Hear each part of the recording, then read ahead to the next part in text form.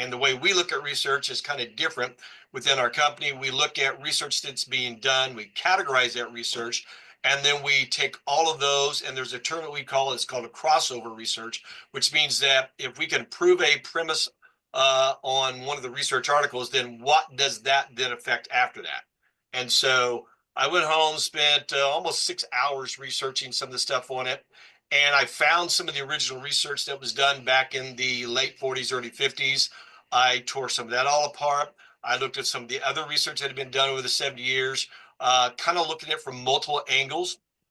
And when I looked at that and realized that this company had finally brought out a component of the product we knew about, but we had no idea what it would do or if it would do. And so when I looked at the hypothesis and the postulations of the different research, and I looked at it in a different point of view, I'm going, I don't think this is so much weight loss as much it's going to be fat burning or fat metabolism, right? And so when I went in and proved into my mind that this was a probability and a great possibility, I went over to the crossover aspect of it and said, okay, well, if that is true, and that was a big if for me at that moment, but if that was true, what else could we postulate or hypothesize that might affect other systems, other diseases? For example, as Tasselli was just talking about a hypothyroidism, gaining 160 pounds over 6 months. Those are conditions that control and operate the neuroendocrine pathway that control weight, control fat storage, all these other factors.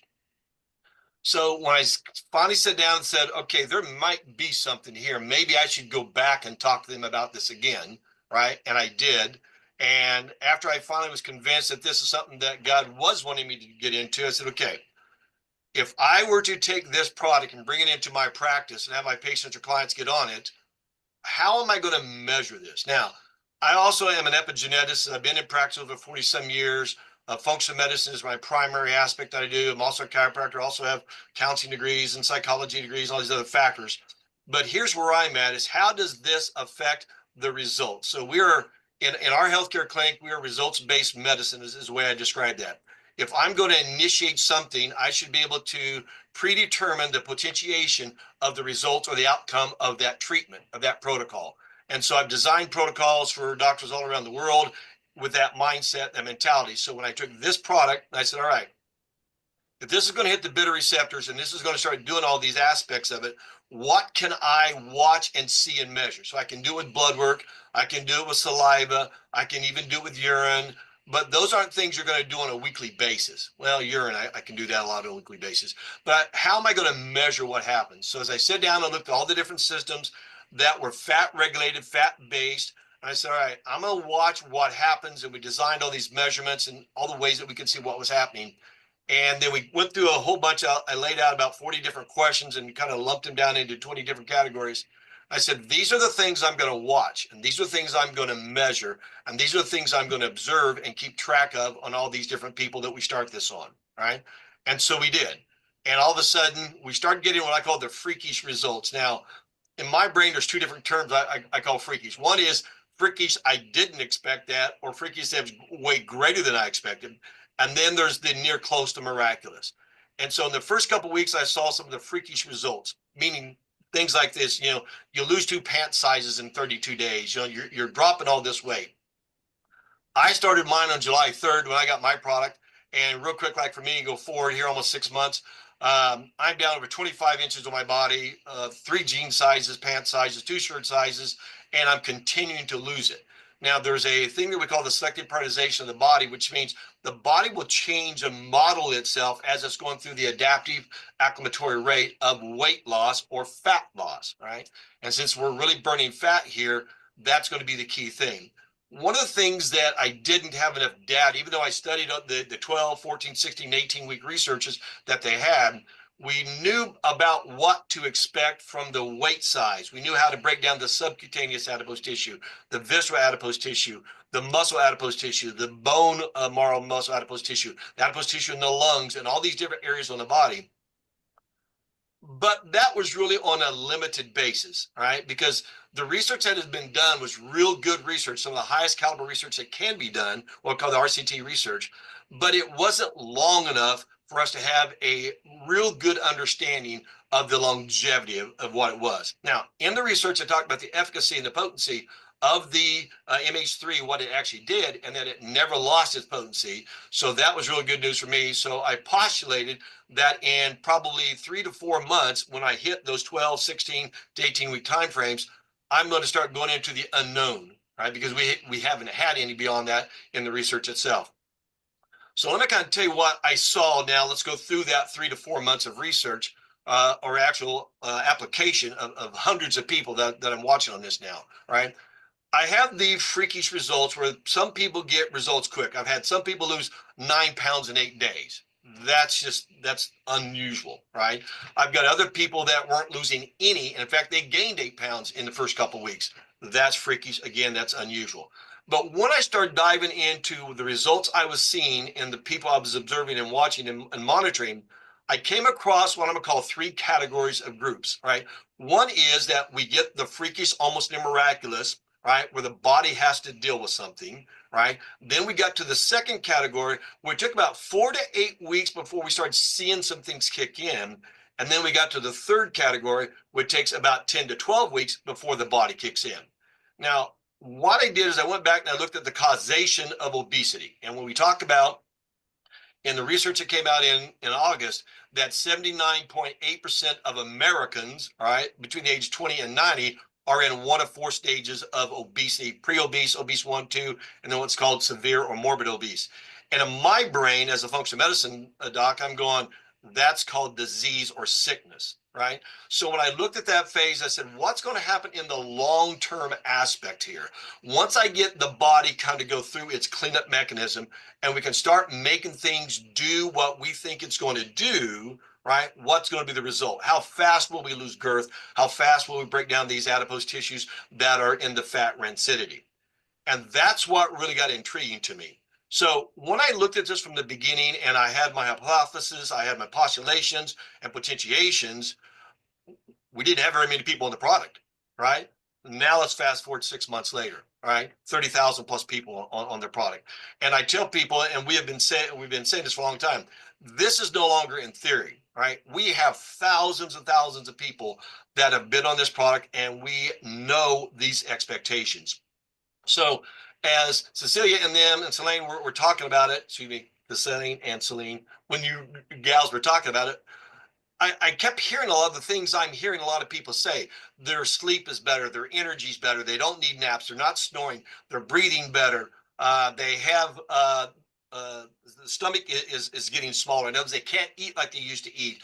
And here's the interesting thing: is she was saying that she only has to eat once a day. That's because the body is burning all that stored fuel. And when we look at it, I look at where we are at this time of the world and this time of the year, meaning a lot of people are going through this unhealthy time of eating through the holiday season. And then we're going to turn that corner and come January 1, 2, 3, 4, 5, 6, 7, we're going to start making New Year's resolutions to get healthy again, or to lose weight, or to feel better. And we're going to try to do something that has evidently been hard for this body to do. So when I started looking at what this research was showing me and the results that I'm seeing, all of a sudden, now that we're into the 6-month time frame, and I'm seeing that longevity, how the body is continuing to break these things down. And whether we talk about the calories that are being burnt or the fat that's being burnt, the end game is the body is dynamically changing and adapting to what this unique mature hops extract, these bitter acids, do. But here's what we didn't foresee, right? We didn't foresee some of these radical changes that the body was going to go through. We didn't see the miraculous things that were coming in. And yet it's some of these early bird people, and as an epigeneticist, when I look at the DNA, some people are more gifted, if you will, in that DNA world, that it can do it better than others who don't have that unique genome or ability to do that. But it's almost like we're building bridges. So when I look at the people that didn't have the fast results in the first 4 to 8 weeks, or they're the category it took 10 to 12 weeks before it turned on, because now we're far enough to witness that.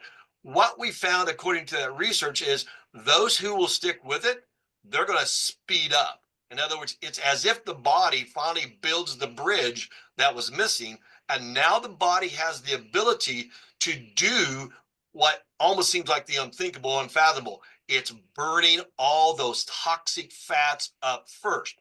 So in the different stages, what's class 1, class 2, or class 3 of the obesity phase, there's a lot of different toxins that are in there, right? And when we look at those toxins, as they're burning down, we're seeing past evidences of things that probably set that body off now being handled or burnt up or getting rid of and eradicated out of the body. So people like that have these thyroid issues, specifically hypothyroidism. When I looked at the original research, it was one of the few that they didn't see as many results on because of the dose was low. When we look at the dose that we have within our pHix, it's high enough to override that inability that they didn't have back then. And that is what's pretty phenomenal. And when you take that, the thyroid is responsible for about 80% of all the hormones in the body, and you go back into regulating that and getting that to fix itself, pun intended, but start to fix those things, all of a sudden the body goes back to its God-given ability to repair or to generate that healthy life. When we look at what's called the righting reflex within the body, or Wolff's Law, that law says I want to survive at everything possible, right, to make things in the right way to make it happen. And for me, guys and gals, what I'm seeing is this is turning that phase back on. When I go back up to how it hits into the vagal nerve, hits the vagus nerve, hits the all these different things in the parasympathetic, sympathetic nervous system, and we're watching all of these changes. I mean, some of them, they are on the miraculous side. As a physician, you're going, how in the world did that happen? So we go chase it back and we find how whatever that was unique in that body, it's cleaning those things back up. So here I am at 6 months into this, and I'm seeing these hundreds and hundreds of people that were seeing so many phenomenal results. And the biggest thing that's happening here, Byron, is that people's lives are changing.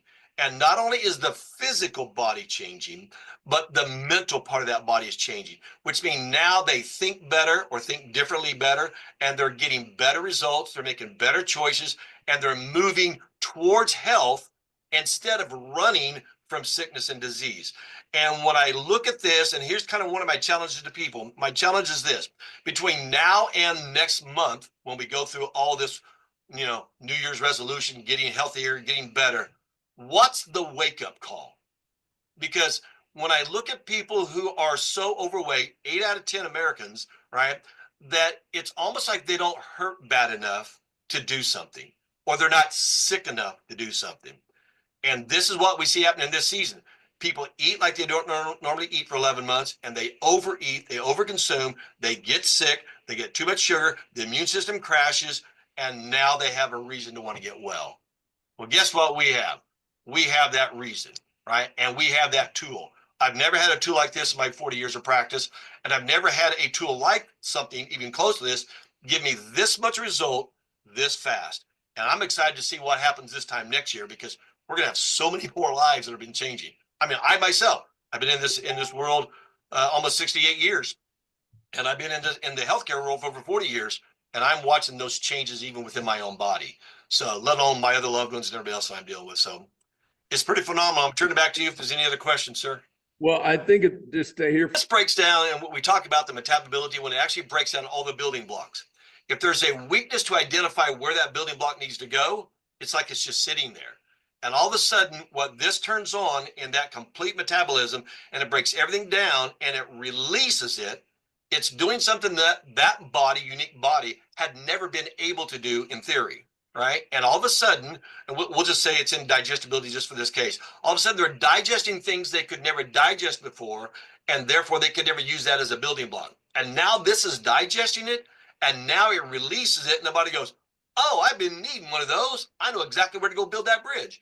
And over time, the longer they continue taking this is actually going to help what you're already consuming. It doesn't build the building blocks. It takes what you're already consuming and breaks it down so that the God-given ability in that body says, I need that building block here, whether it's muscle, whether it's arterial, whether it's blood.